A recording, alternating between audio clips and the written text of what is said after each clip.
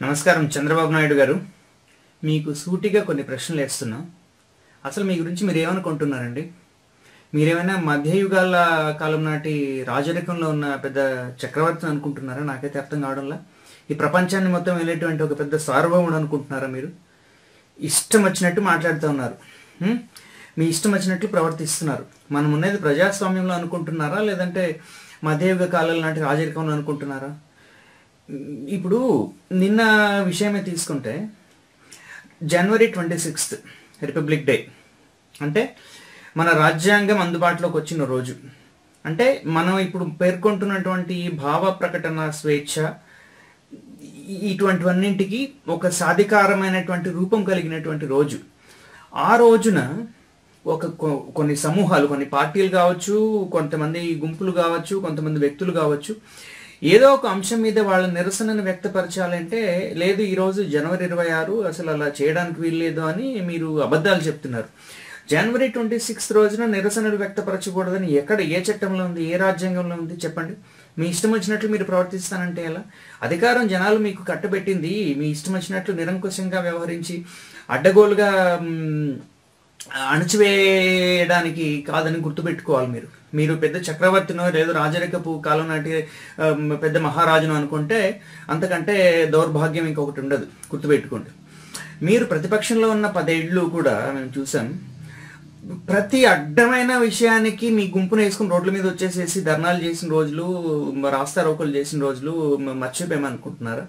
ఆఖరికి ఉప్పు, పప్పు, చింతపండు రేట్లు పెరిగినా మీరు రోడ్ల మీద రావడమే. అప్పుడు మీరు చేసినప్పుడు కనుక ప్రభుత్వాలు ఇలాగే వ్యవహరించి ఉంటే మీరు ఈ 10 ఏళ్లలో జనాల్లో వెళ్ళగలిగి ఉండేవాళ్ళ అని అడుగుతున్నా. మీరు నిరసనలు వ్యక్తపరిచేవాళ్ళ అని అడుగుతున్నా. ఆఖరికి మీరు రాష్ట్రం కాని రాష్ట్రం బాబ్లీ అనేటువంటి ప్రాజెక్టు, అది నిషిద్ధాజ్ఞలు ఉన్నటువంటి ప్రదేశం. మన రాష్ట్రం కాని రాష్ట్రానికి మీరు వెళ్ళి అక్కడ జైలుకి వెళ్ళిన సందర్భాలు మీరు మర్చిపోకూడదు. అంటే ఏమిటి? నిబంధనల్ని ఉల్లంఘించి మీరు వెళ్ళారు. మీకైతే భావ ప్రకటన స్వేచ్ఛ, మిగతా వాళ్ళకైతే అది రాజ్యాంగ విరుద్ధం, లేదంటే రెచ్చగొట్టడం అని మాట్లాడుతున్నారా? మీరు చేసే అడ్డగోలు వ్యవహారాలను ఎవరైనా సరే ప్రశ్నిస్తే వాళ్ళు అభివృద్ధి నిరోధకులు అని చెప్పేసి ఇష్టం వచ్చినట్లు మాట్లాడడం. మీ దగ్గర ఉన్న మంత్రులు ఉన్నారండి, వాళ్ళు అసలు మంత్రులు ఎలా అయ్యారో నాకైతే అర్థం కావడంలా. నోటికి అడ్డు అదుపు లేకుండా మాట్లాడడం. మాట అంటే అభివృద్ధి నిరోధకులు అనడం, అవినీతి అనడం మీరు ఒక్కరేనండి ఈ ప్రపంచంలో నీతిపరులు? నాకైతే అర్థం కావడంలా.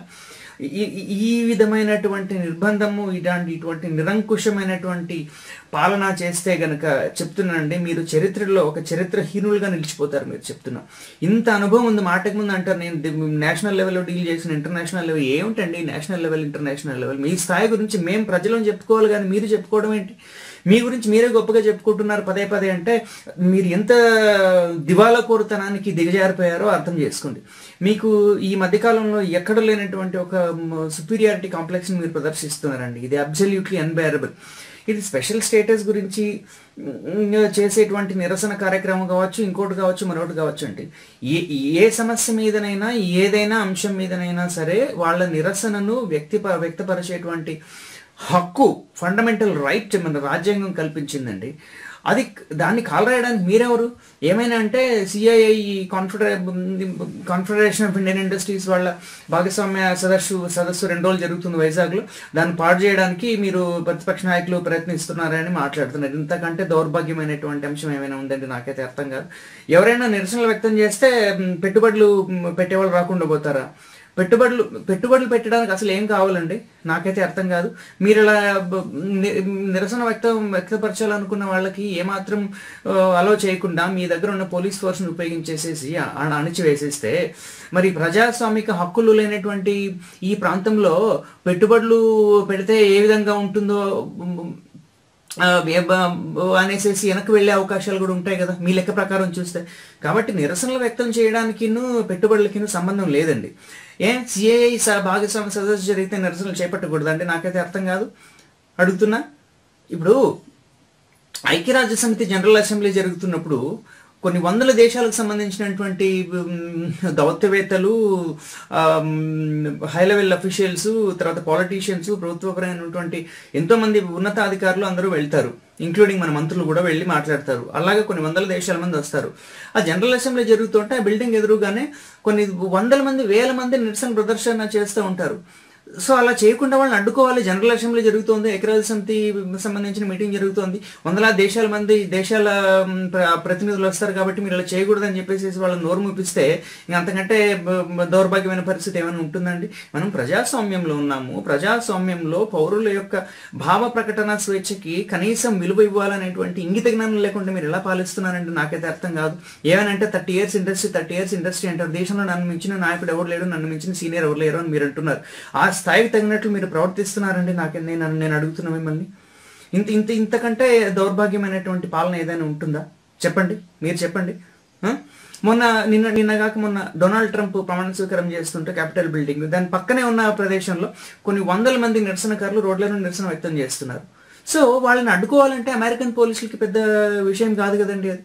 మీరు ఇట్లా ఇష్టం వచ్చినట్లు ప్రవర్తించి నన్ను మించిన వాడు లేడు అనేటువంటి ఒక విపరీతమైన ఒక ఉన్మాద భావన అని చెప్పొచ్చు లోకి మీరు వెళ్ళిపోతున్నారు. ఇంకొక విషయం అడుగుతున్నా, సూటిగా సమాధానం చెప్పండి. 2014లో మీరు ముఖ్యమంత్రిగా ప్రమాణ స్వీకారం చేసినప్పటి నుంచి ఇప్పటి వరకు కూడా ఎన్నో మేజర్ డిసిషన్స్ని తీసుకున్నారు. మీరు పెద్ద పెద్ద నిర్ణయాలు తీసుకున్నారు. రాజధాని కావచ్చు, ఇంకోటి కావచ్చు, మరొకటి కావచ్చు. ఒక్కటి కాదంటే ఒక్క దాంట్లోనైనా మీరు అఖిల పక్షం అనే పదం వాడారా? చంద్రబాబు గారిని అడుగుతున్నా సూటిగా. ఎందుకు మీకు ప్రతిపక్షాలు ఉంటే అంత చిన్న చూపు? మీరు ప్రతిపక్షంలో ఉన్నారు కదా, అప్పుడు మిమ్మల్ని కూడా ఇలాగే తీసిపారేస్తుంటే మీకు ఎలా ఉండేది? అప్పట్లో కొన్నిసార్లు రాజశేఖర రెడ్డి మీద మీరు విపరీతమైనటువంటి అలిగేషన్స్ చేశారు, నన్ను పట్టించుకోవడం లేదు. నిజంగానే రాజశేఖర రెడ్డి కనుక మిమ్మల్ని అణచివేయాలనుకుంటే అసలు పరిస్థితి వేరుండదు. అన్నీ అనవసరం, అన్నీ మాట్లాడకూడదు ఇప్పుడు, అనవసరం అసందర్భం. మీరు ప్రతిపక్షాలని గౌరవించడం నేర్చుకోండి. అసలు అఖిల పక్షం అనేటువంటి మాటనే లేకుండా చేసేసి ఏదో ఒక నియంత కంటే ఘోరంగా పరిపాలిస్తున్నారండి మీరు రాష్ట్రాన్ని. ఒక్కటి మాత్రం గుర్తుంచుకోండి చంద్రబాబు గారు, every day is not a Sunday, every dog has its own day. నేను జీవితాంతం వెళ్తాను, నా తరాలు మేమే వెళ్తాము అనుకుంటుంటే అంతకు మించినటువంటి మూర్ఖత్వం ఇంకొకటి లేదు. ఈ చరిత్ర ఎంతో మందిని చూసింది, ఎంతోమంది గొప్ప నాయకులను చూసింది, ఎంతోమంది నియంతలను చూసింది. అందులో మీరు యు ఆర్ జస్ట్ నథింగ్. కాబట్టి ఒక పౌరుడిగా నాకున్నటువంటి భావ ప్రకటన స్వేచ్ఛని నేను ఈ విధంగా నా ఆవేదనని, నా ఆగ్రహాన్ని వెళ్ళగక్కుతున్నాను. మీ పద్ధతి ఏమాత్రం బాగాలేదు చంద్రబాబు గారు. మీరు ఒక ప్రజాస్వామ్యబద్ధంగా ఎన్నికైనటువంటి మనిషి, మీరు ప్రజాస్వామ్యయుతంగానే మసలుకొని పరిపాలిస్తారని ఆశిస్తున్నా. మీడియా ఉంది కదా అని చెప్పేసి ఇష్టం వచ్చినట్లు రెచ్చిపోయి చేస్తే కనుక ప్రజలు ఎక్కడ ఎలా బుద్ధి చెప్పాలో అలాగే చెప్తారు. మీడియాతో అన్నింటినీ కప్పిపుచ్చలేరు చంద్రబాబు గారు, గుర్తుపెట్టుకోండి. ప్రజాస్వామ్యంలో అందరినీ కలుపుకొని పోవాలి, ప్రతిపక్షాలని గౌరవించాలి, ప్రజల్ని మోసం చేయకుండా న్యాయంగా విశ్వాసబద్ధంగా పరిపాలించడం నేర్చుకోండి. కొంచెం ప్రజానాయకుడిగా ఉన్నారు ఇన్ని దశాబ్దాలుగా ప్రజా జీవితంలో, కొంచెం అర్థం చేసుకుని వయసుకు తగినట్లు ప్రవర్తిస్తూ జనాల విశ్వాసం చూరుకునేలాగా పాలిస్తారని ఆశిస్తున్నా. లేదంటే you will have to face the heat of the public. Take care. జై హింద్.